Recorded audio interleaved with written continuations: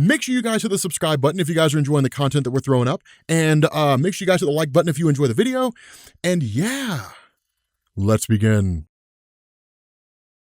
All right, what's going on, guys? This is Rob, and we are picking back up again with Darkseid War. This time we're covering the Flash one-shot, the Flash tie-in to everything that's going on. Now, keep in mind, these tie-ins take place between the ending of Act 2 and the beginning of Act 3. But one thing that I want to draw your attention to is a question that I got from a lot of you guys in the comment section who were asking how it is that, like, the Black Racer / the Black Flash, because they're basically the same thing, how those characters relate to, like, Death of the Endless versus Necron and different things like that. Because anybody who's been reading DC Comics for quite some time knows that there's all these different versions of death, right? Necron's like death for the Green Lanterns, and like the Black Racer / the Black Flash is death for the New Gods and the Flashes, and so on and so forth. So here's the important thing to understand here. In DC Comics, you only really have one absolute representation of death, and that's Death of the Endless. That's really all it is. Everybody else is really more akin to like Charon, right? The ferryman from Greek mythology who would take people across the river Styx. That's really all they are in some form or fashion,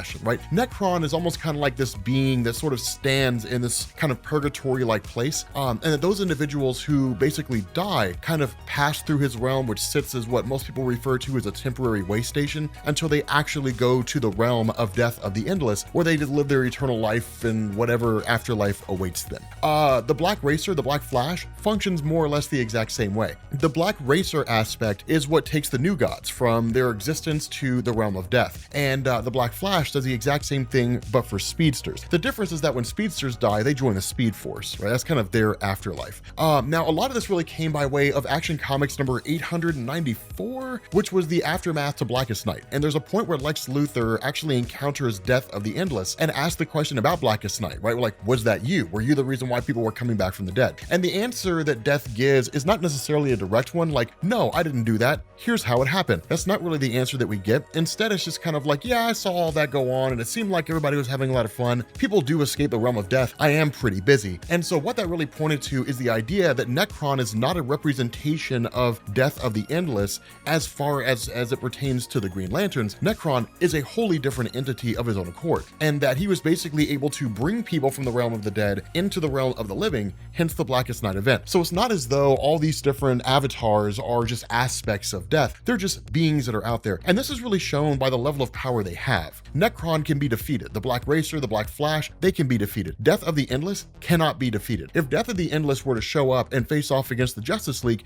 they would all die. Like, she represents a concept, an ideology. And so the only way the Death of the Endless could truly perish is if all things simply just cease to exist. So having said that, this basically picks up with Barry Allen once he's bonded to the Black Racer and the revelation that he had basically killed Darkseid while he was imbued to the Black Racer using the anti-life equation as it was controlled by Mobius. And one of the things that's kind of hit on here is sort of a repeat of what we had previously seen, in the sense that he doesn't really want to be separated from the Black Racer or the Black Flash, that he wants to control it. But this is kind of like an internal struggle, because it's not as though Barry's operating of his own accord. And in fact, he manages to seize control, if only for a moment, and then breaks away from the Black Racer, right? Literally manages to separate himself, and then he just runs as fast as he possibly can. That he can basically outrun death. Now, this is the second time we've seen this. The first time we saw it, we didn't necessarily see it happen. It wasn't really until you got to like Flash Rebirth and the aftermath of Final Crisis that we actually found out what was going on, right? In the original Crisis on Infinite Earths event, Barry Allen was believed to have been dead, which paved the way for Wally West to become the new Flash over the course of the entirety of the 90s and the mid to late 2000s. But when Barry Allen came back in 2009 with Final Crisis, and then that was followed up with Flash Rebirth by Jeff Johns, it basically gave us this depiction or kind of established to us that following the events of Crisis on Infinite Earths, that Barry Allen had just been outrunning death all this time, and that during the events of Final Crisis, he was able to literally escape the Speed Force and basically get away from death. And so because of that,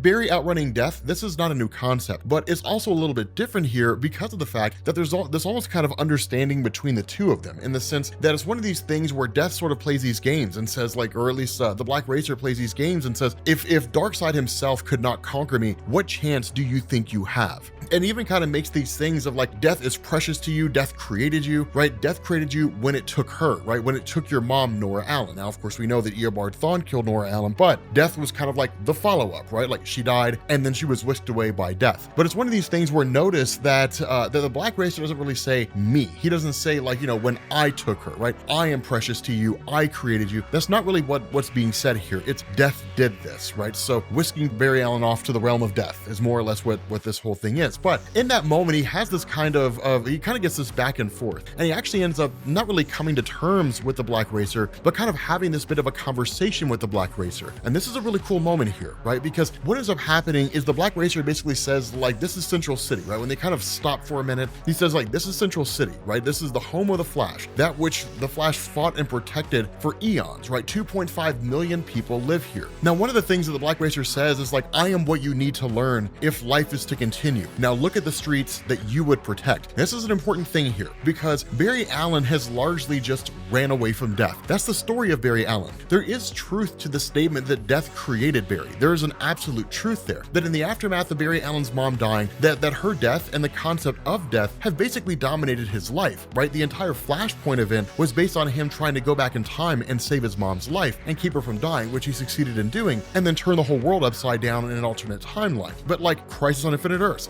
outrunning death for 20 years until he managed to come back, constantly trying to get away from death, just refusing to die. And it's one of these things where it's like, this has to happen, right? Like death has to exist and death has to have a host. And Black Racer kind of races off, just kind of takes off and is like, I'm gonna kill everybody. And it's like, can Barry Allen possibly stop this from happening? And as Barry does this, and as Barry chases down this Black Racer and bears witness to all these various people who were dying, Barry comes to the realization that this has to happen, that if death does not have a host, that death would just run rampant. There'd be nobody to curtail death. There'd be nobody to reel it in, nobody to keep it kind of chained and operating the way it's supposed to. Now, there's precedence for this. We saw that with Hal Jordan when he was bonded to the Spectre, right? In the aftermath of like Emerald Twilight and all that kind of stuff, that Hal Jordan became the new host for the Spectre, and then eventually they were separated, and the Spectre had no host, and so the Spectre went on a warpath, right? The representation of God's vengeance just went on this absolute warpath. And so the idea is that if Black Racer functions more or less the same way, even if it's only a concept or something akin to the idea of death, if there's no one there to chain it, it would just run rampant because all it does is kill people. And so there'd be no discerning factor there. There'd be no instance of like, this guy's 26 years old in the prime of his life. There's nothing wrong with him. He didn't walk in front of a vehicle or anything like that. It's not his time. And death would just snatch him up because death just kills, right? And it would kill indiscriminately. And so because of that, it's one of these things where Barry basically realizes that the only way for this to work, right? The only way for him to successfully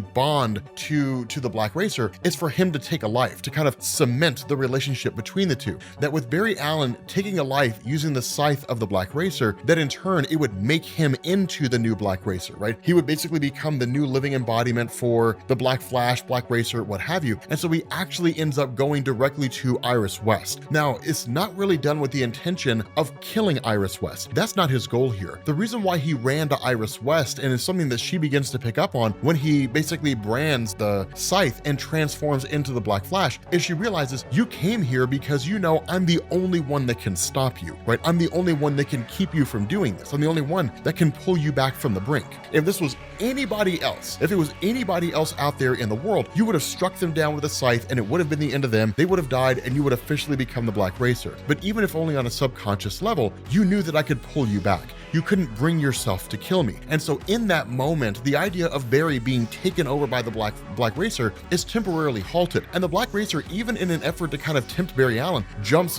kind of manifests in different forms. Then in turn, what would happen? Maybe I should just see what would happen if Gorilla Grodd had my power, what kind of pandemonium and chaos that he could bring to this place. And so Barry kind of says, okay, fine. So just one life. All I have to do is take one life and then it'll cement us. And the Black Racer's like, yes. And he's like, okay, you got it. I'm gonna kill you. And immediately chases after the Black Racer, right? Now, when this happens, the Black Racer's like, what?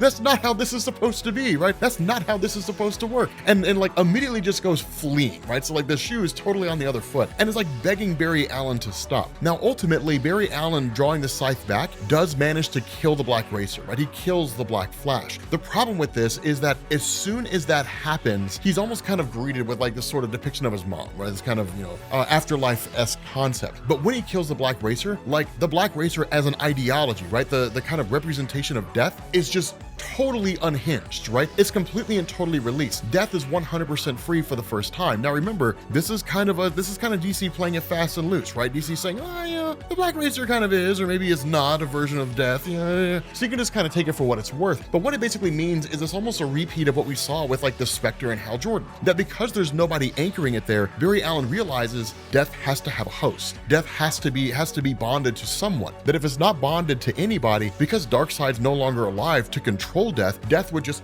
run unfettered across all of existence and just kill every single person that it can possibly come across. And so Barry ultimately makes the sacrifice, right? He says, fine, then I will do what I have to do, right? In this instance, I will rebond myself to the Black Racer and I will officially become the new harbinger of Death. And that's what he does, right? He combines his power with the Black Racer and goes forward accordingly. So with that being said, guys, we're gonna bring this video to an end. If you are new here to Comics Explained, make sure you guys hit the sub button to become part of the Rob Corps. If you guys enjoyed this video, make sure you drop a like, and I will catch you all later.